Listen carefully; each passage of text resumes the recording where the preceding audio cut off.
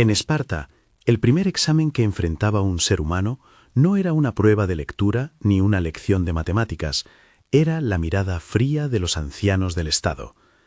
Imagina una sala de madera y piedra, donde recién nacidos son extendidos ante un consejo cuyo único interés no es el afecto, sino la utilidad.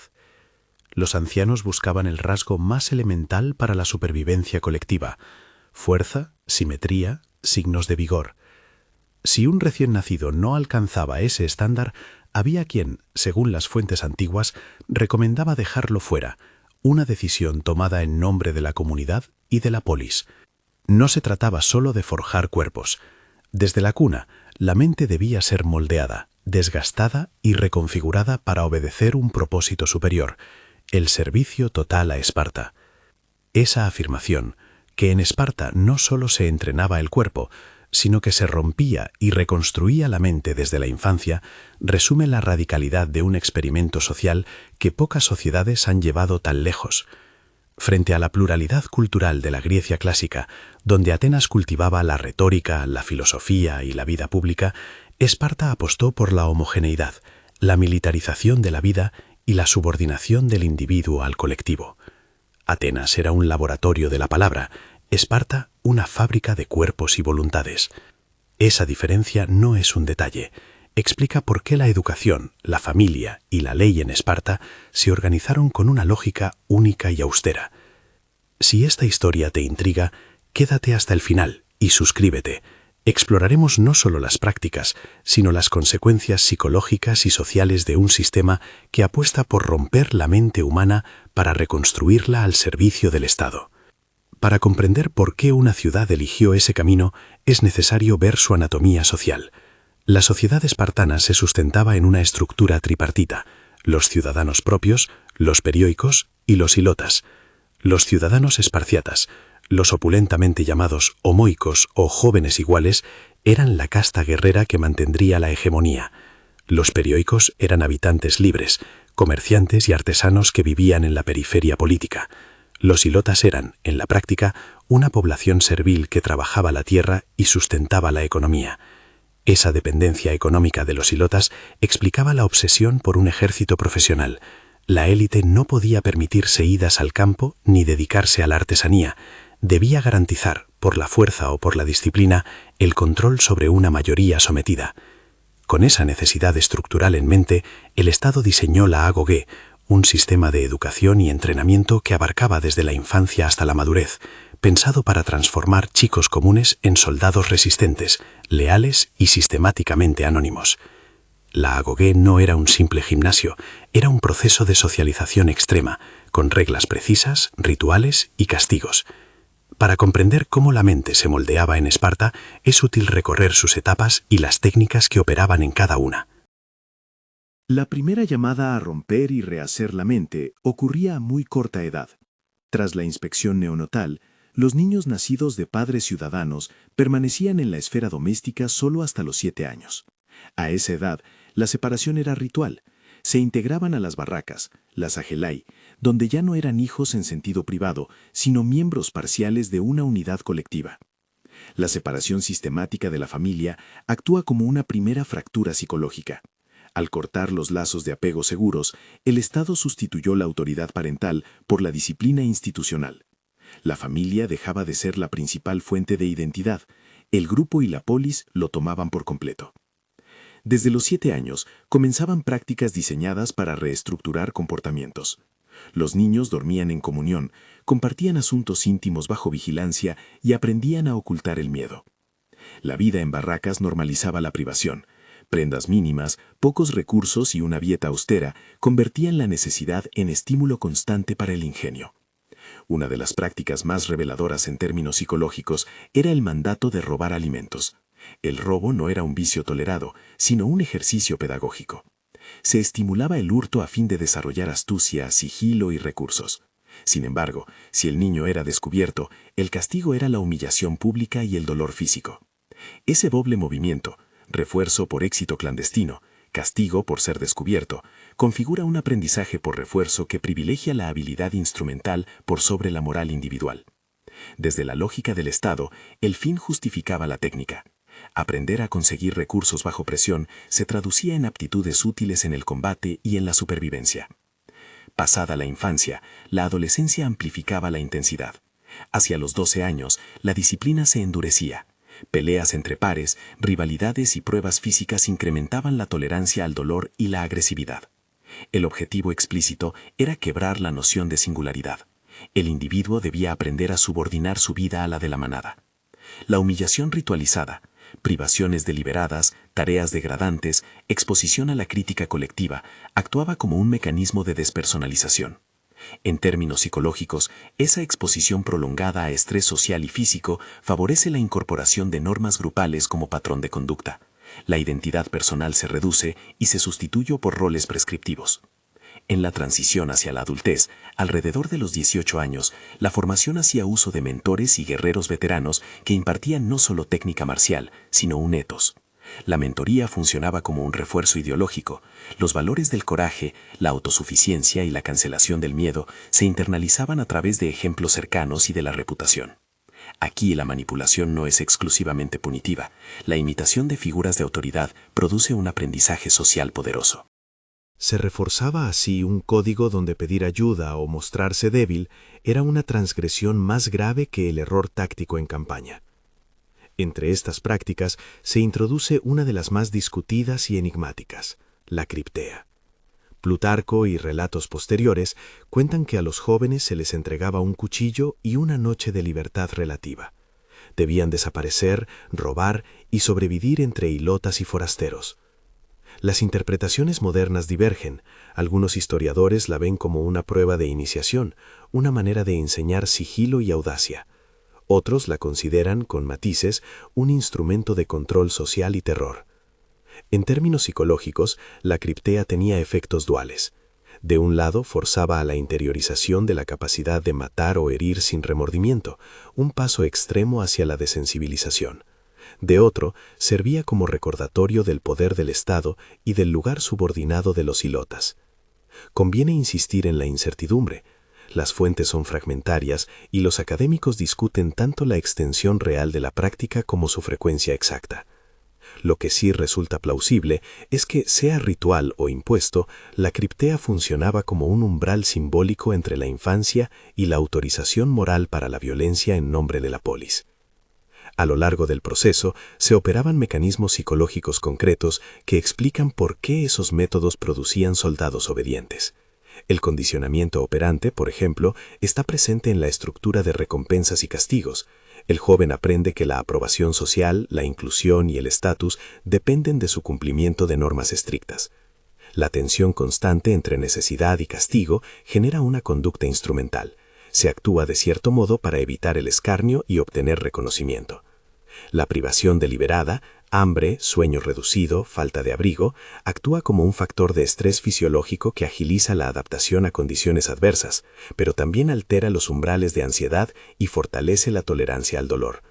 La humillación pública y la exposición al juicio del grupo promueven la internalización de las reglas colectivas. Para no ser expulsado, para no perder la identidad que ahora protege, el individuo asume la moral del grupo como propia. Esta construcción de identidad colectiva tiene otro componente clave, el símbolo. El equipo espartano, el gran escudo aspis, el casco, la lanza, no solo cumple funciones prácticas, es un emblema de pertenencia. El escudo, en particular, tiene una carga psicológica enorme. Portar el aspis significaba sostener la vida del compañero detrás de ti y recibir la suya a cambio.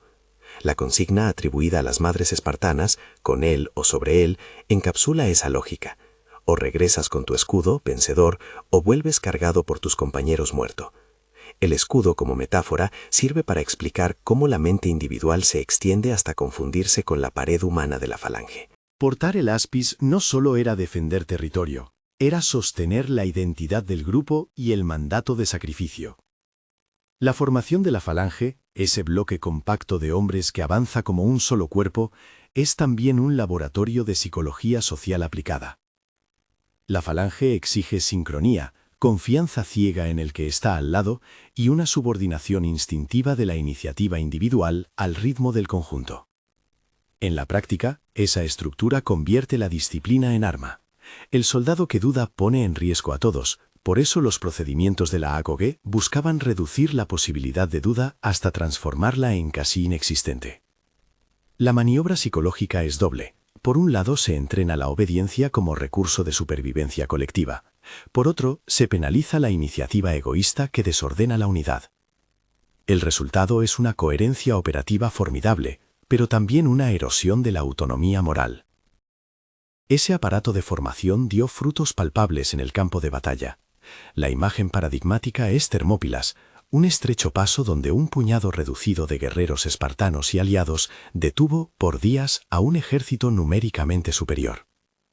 La historia de Leónidas y sus hombres se convirtió en mito, narrada por Heródoto y comprimida por la posteridad en un relato de sacrificio y disciplina extrema. Más allá del heroísmo literario, Termópilas ofrece una lección sobre los efectos prácticos del condicionamiento. Unos combatientes dispuestos, por educación y por identidad, a mantener la formación pese al peligro extremo, pueden imponer costos superiores a su número a un adversario disperso o menos cohesionado. La valentía individual, en este contexto, está parcialmente desvinculada de la naturaleza humana espontánea y ligada a un proceso de reeducación moral y corporal. Pero los éxitos tácticos ocultan costos profundos. El modelo espartano dependía de relaciones asimétricas con los hilotas. Para que la minoría guerrera se dedicara al ejército, alguien debía trabajar la tierra. Esa dependencia creó tensiones estructurales que, a la larga, fueron letales para la flexibilidad social de Esparta. La demografía también jugó su papel. La rigidez de la élite en cuanto a la reproducción de la ciudadanía, con normas restrictivas sobre quién era considerado pleno ciudadano, contribuyó a un estancamiento numérico. Con el tiempo, la combinación de bajas en campañas, normas endogámicas y la falta de absorción de nuevos ciudadanos debilitó el caudal humano del que se nutría la falange. Esa fragilidad quedó al descubierto en Leuctra, donde Epaminondas y los tebanos cambiaron la faz de la guerra griega. La táctica y la audacia de los tebanos derrotaron a la supremacía espartana. La victoria no fue solo militar, fue el signo de que un sistema extremadamente rígido no se adapta bien a innovaciones tácticas y a cambios demográficos. Esparta, que había apostado por la perfección de un modelo, descubrió su límite cuando la historia exigió flexibilidad y renovación. La caída no fue instantánea ni total, pero el declive del poder espartano ilustra una lección más amplia. La eficiencia a corto plazo puede convertirse en vulnerabilidad a largo plazo cuando se sacrifica la capacidad de cambio. Al hacer balance, hay que medir con cuidado la ambivalencia moral del caso espartano. Por un lado, la cultura espartana produjo hombres con una disciplina inaudita, capaces de sacrificio colectivo y eficacia militar.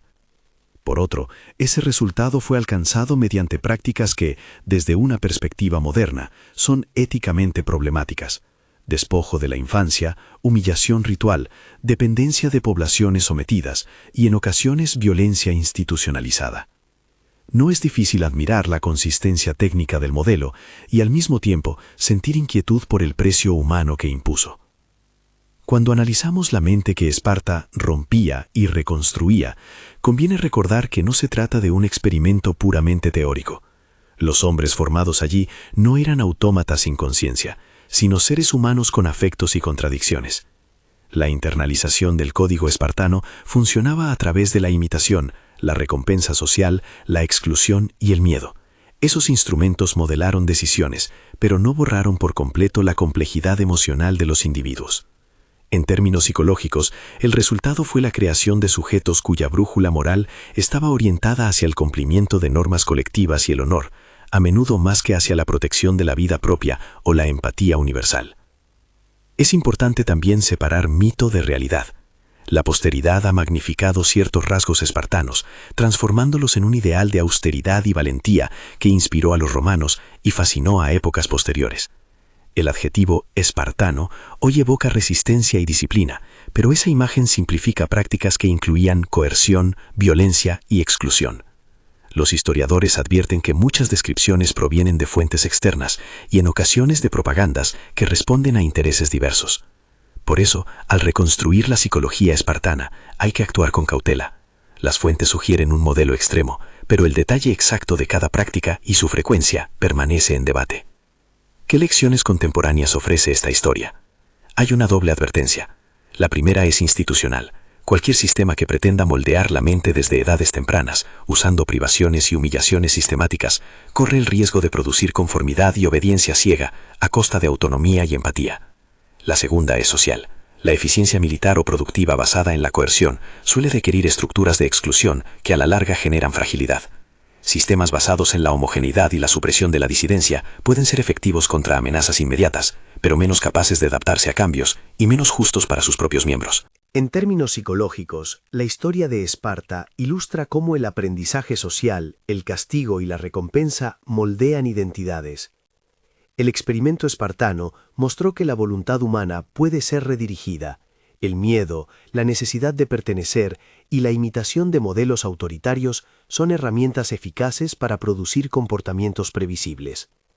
Pero esa previsibilidad suele encerrar costos invisibles, una menor capacidad crítica, una tolerancia a la violencia institucionalizada y una obstaculización del desarrollo emocional pleno. Leónidas y sus hombres quedaron, en la cultura occidental, como emblemas de sacrificio ejemplar.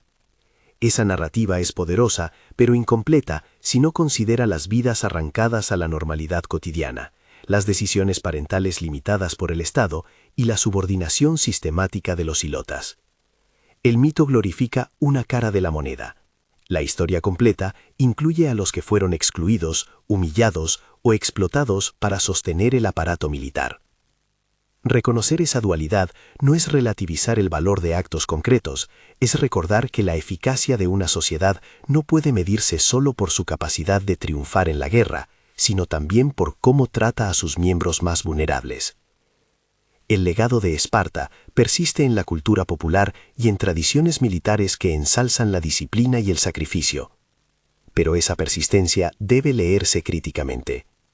Las sociedades modernas que admiran la fortaleza espartana pueden caer en la trampa de idealizar prácticas de privación o de justificar la supresión de la individualidad en nombre de la seguridad. La historia enseña que la cohesión lograda por la coacción es frágil y que la resiliencia a largo plazo requiere inclusión, flexibilidad y cuidados que un sistema como la AGOG no privilegiaba. Al final, la lección no es arrancar conclusiones simplistas sobre si Esparta fue buena o mala. Es entender que existe una capacidad institucional para moldear la mente humana, para romper patrones afectivos y reemplazarlos por otros, y que esa capacidad conlleva responsabilidad moral. Cualquier comunidad que delegue en procedimientos la formación de su juventud debe preguntarse, ¿qué estamos sacrificando? ¿Y por qué?